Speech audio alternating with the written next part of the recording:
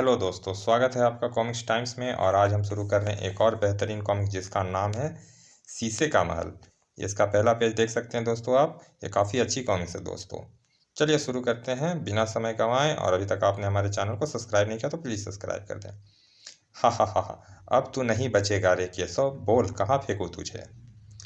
जिस समय कलिंग राज्य में चारों तरफ महाराजा अग्रसेन द्वारा आयोजित खेल व युद्ध के वार्षिक उत्सव का आनंद छाया हुआ था, ठीक उसी समय अचानक कलिंग राज्य के एक गांव शिवपुर की आम जनता में भयानक आतंक छा गया था। आतंक का कारण था त्रिमुखासुर, राक्षस राज त्रिमुखासुर।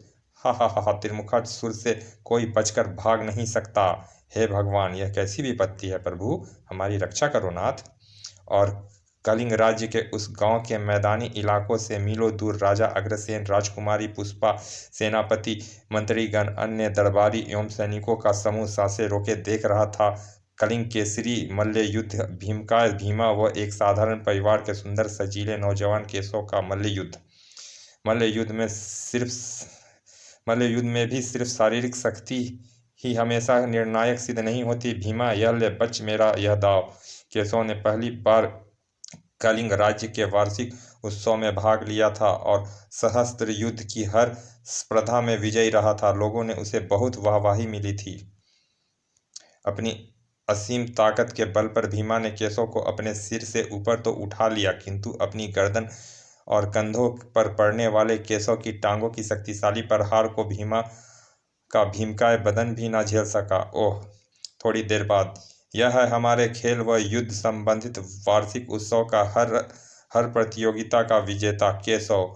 मुझे यह बताते हुए अत्यंत हर्ष हो रहा है कि केशव 6 वर्ष पूर्व मगध व कलिंग के युद्ध में शहीद हुए हमारे सैनिक के ही एक वीर सेना के ही एक वीर सैनिक का बहादुर बेटा है, जिसे उसकी मां ने अपार कष्ट झेलते हुए इस योग्य बनाया कि आज वह कलिंग वार्षिक उत्सव की हर स्पर्धा का विजेता बनकर जन जन का नायक बन गया है। केशव, तुम कभी भी कलिंग दरबार में बेरोक टोक आ जा सकते हो। हमें गर्व है तुम पर। आज से तुम कलिंग नायक कहलाओगे। और फिर कलिंग राजा अग्रसेन ने केशव को ढेर सारे पुरस्कार व कलिंग वासियों ने उसे उपहारों से लाद दिया। ओह माँ, अगर बीमार न होती तो आज ये मेरा इतना सम्मान देख प्रसन्नता से फूल ही न समाती। रथ और तेजी से चलाओ सारथी। काश मेरे पंख होते तो हवा के संग संग उड़ता शिवपुर पहुंच जाता। पुरस्कार व उपहारों सहित कलिंग नायक केशव को एक शानदार रथ में उसे घर की ओर विदा किया गया।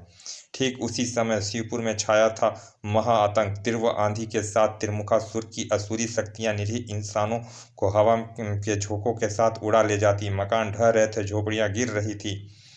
हाय, बचाओ, हे भगवान हमारी रक्षा करो।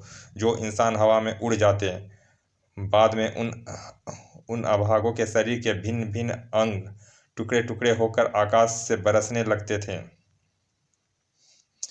शिवपुर गांव को तहस नहस करने के बाद राक्षस राज त्रिमुखासुर का भयंकर अट्टहासा गूंज उठा।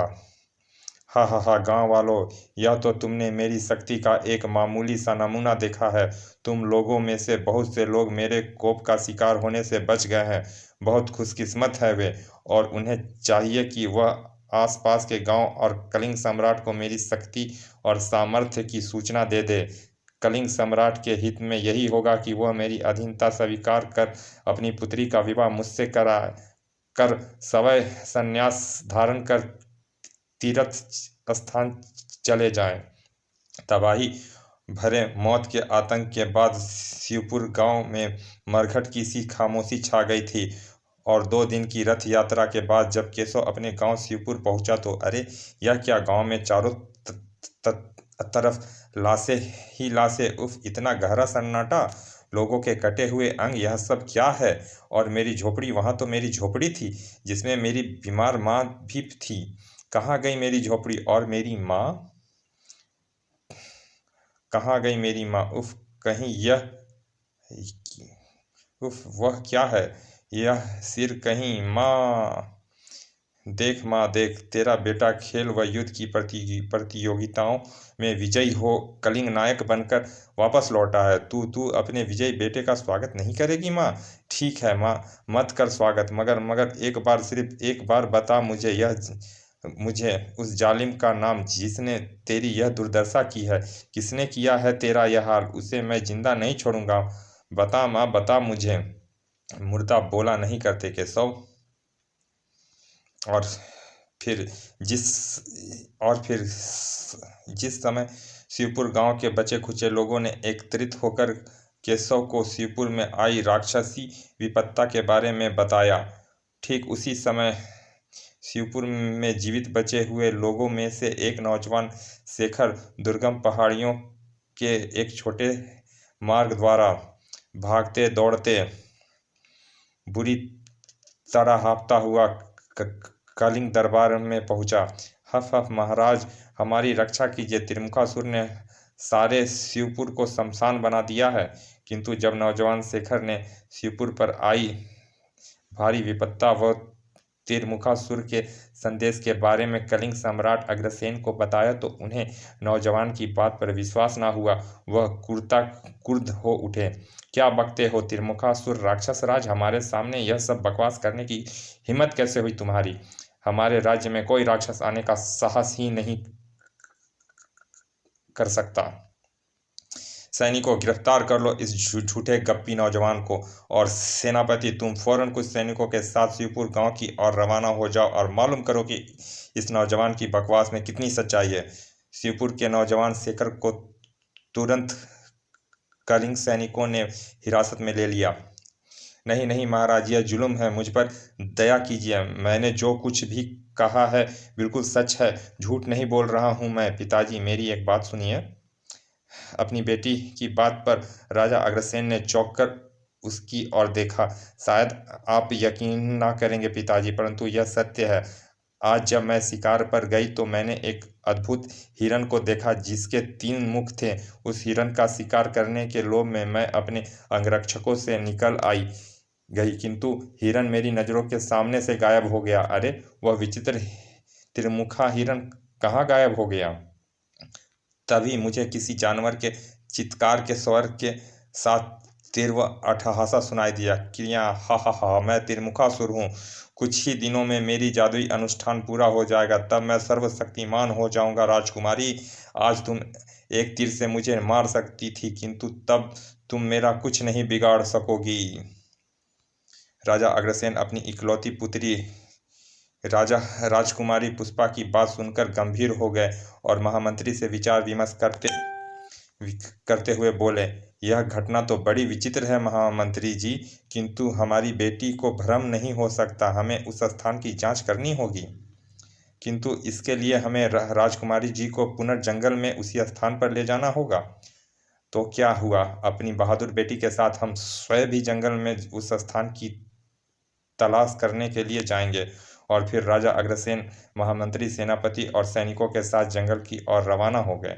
राजकुमारी पुष्पा सबसे आगे रहकर उनका मार्गदर्शन कर रही थी, लेकिन काफी प्रयत्न के बावजूद भी वे स्थान को ढूंढ न सके। अंततः वह स्थान है तो यहीं कहीं, लेकिन रात होने जा रही है। अब उस स्थान को ढूंढना शायद कठिन हो, लेकिन पिताजी, जहाँ तक मुझे याद है उस स्थान के इर्द गिर्द 7 वृक्षों का घेरा है।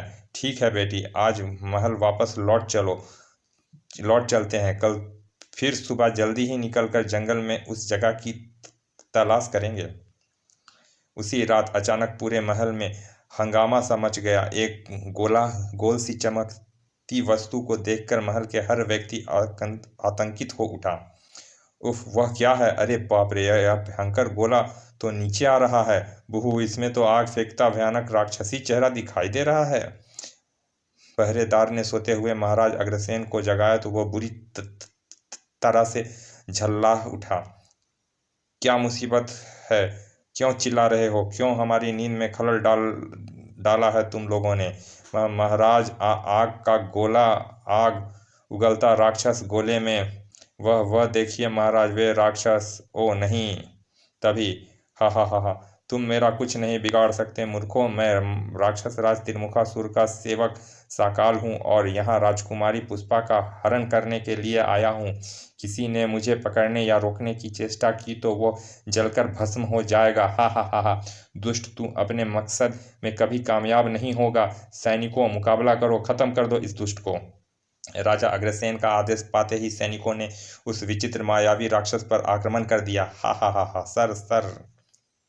फलस्वरूप राक्षस के शरीर से आग की तेज लपटें निकली, जिसमें बहुत से सैनिक जलकर भस्म हो गए। वह मायावी राक्षस अट्टहासा लगाता हुआ राजकुमारी पुष्पा के कक्ष की ओर बढ़ा। आई हा हा हा हा हा। राजकुमारी पुष्पा के निकट आते आते उस मायावी राक्षस के शरीर से निकलती आगों की लपटें बिल्कुल गायब हो गई और फिर, ओह पिताजी, मुझे बचाइए। किंतु इससे पहले कि वह राजकुमारी पुष्पा को उठाकर ले जाने में कामयाब हो जाता, राजा अग्रसेन तलवार लेकर सामने आ गया। दुष्ट कमीने, छोड़ दे हमारी बेटी को, वरना हम तेरा खून पी जाएंगे। किंतु राक्षस साकाल के मुख से निकली तेज फुफकार से राजा अग्रसेन, महामंत्री तथा अन्य बहुत से सैनिक हवा में उड़ते चले गए। फू, उफ, यह क्या। उस मायावी राक्षस की फूंक से चारों ओर कोहरा सा छा गया। घने कोहरे में कुछ भी दिखाई देना असंभव सा हो गया। उफ, मेरी बच्ची, इस धुएं में कुछ दिखाई नहीं पड़ता। बचाओ पिताजी, मुझे बचाओ इस दुष्ट से। ओह छोड़ कमीने। चीखती चिल्लाती भयभीत राजकुमारी पुष्पा आखिरकार बेहोश हो गई। दुखी राजा अग्रसेन कतर स्वर में अर्तमद कर उठे। मेरी बच्ची को छोड़ दे राक्षस, बदले में तू जो चाहेगा हम देने को के लिए तैयार हैं। हा हा हा। तुम त्रिमुखासुर को क्या दोगे राजन? त्रिमुखासुर जो चाहे सवै ले लेगा। वह तुमसे बदला लेने के लिए पागल है। तुम्हें शायद याद ना हो, 20 वर्ष पूर्व तुमने त्रिमुखासुर के पराक्रमी पिता दशासुर की हत्या की थी। ओह, कहीं तुम उस दशा सिर वाले राक्षस की बात तो नहीं कर रहे हो? याद आदमियों को बत सॉरी कहीं तुम उस 10 सिर वाले राक्षस की बात तो नहीं कर रहे हो जो आदमियों को मारकर उनका खून पी जाता था? मैं उसी दशासुर की बात कर रहा हूँ राजन। जब तुमने उसकी हत्या की थी तब त्रिमुखासुर बच्चा था, आज जितना शक्तिशाली न था। जिस तरह त्रिमुखासुर अपने पिता के बिछों में दुख से तड़पता था, वैसे ही अब तुम अपनी बेटी के दुख में तड़पोगे। किंतु जल्दी ही त्रिमुखासुर स्वयं आएगा और तुम्हारे राज सिंहासन को तुम्हारे और तुम्हारी प्रजा के रक्त से धोकर कलिंग सम्राट बनेगा और तुम्हारी बेटी बनेगी त्रिमुखासुर की पत्नी। हा हा हा हा हा। उधर जब वातावरण से धुएं का गुब्बार गायब हुआ तो उफ महामंत्री जी, हमारी आंखों के सामने वह शैतान हमारी बच्ची को ले गया और हम कुछ ना कर सके। हाय, क्या हाल होगा मेरी बच्ची का। धीरज रखें महाराज। जब जब इस धरती पर अन्याय अत्याचारियों ने सिर उठाया है, प्रभु ने उनके संहार के लिए किसी न किसी शक्तिमान को देवदूत की तरह इस धरती पर अवतरित किया है।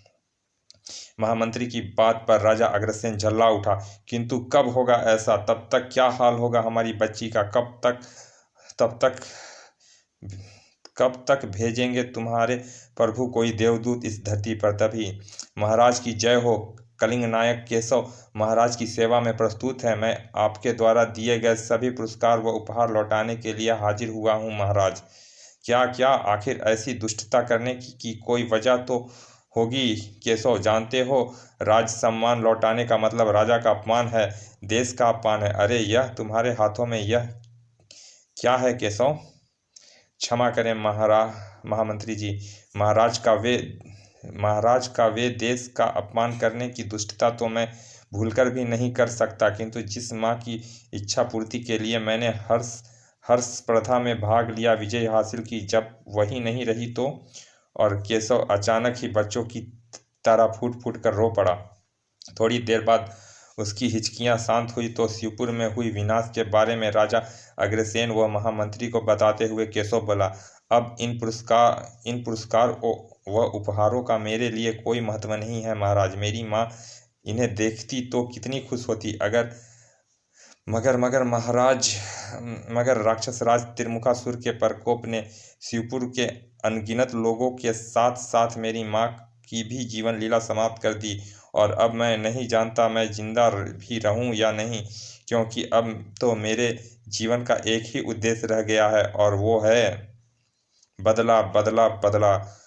राक्षस राज त्रिमुखासुर से बदला, त्रिमुखासुर से बदला। ओ इसी त्रिमुखासुर ने हमारी बेटी हमसे छीन ली है। दुखी सिर्फ तुम ही नहीं हो केशव। रात को त्रिमुखासुर के किसी आग उगलते सेवक ने राजकुमारी पुष्पा का हरण कर लिया है। ओह नहीं, आज तुम अपनी माँ का क्रियाक्रम दाह संस्कार करो। हम सब तुम्हारे दुख में पूरे शरीक हैं।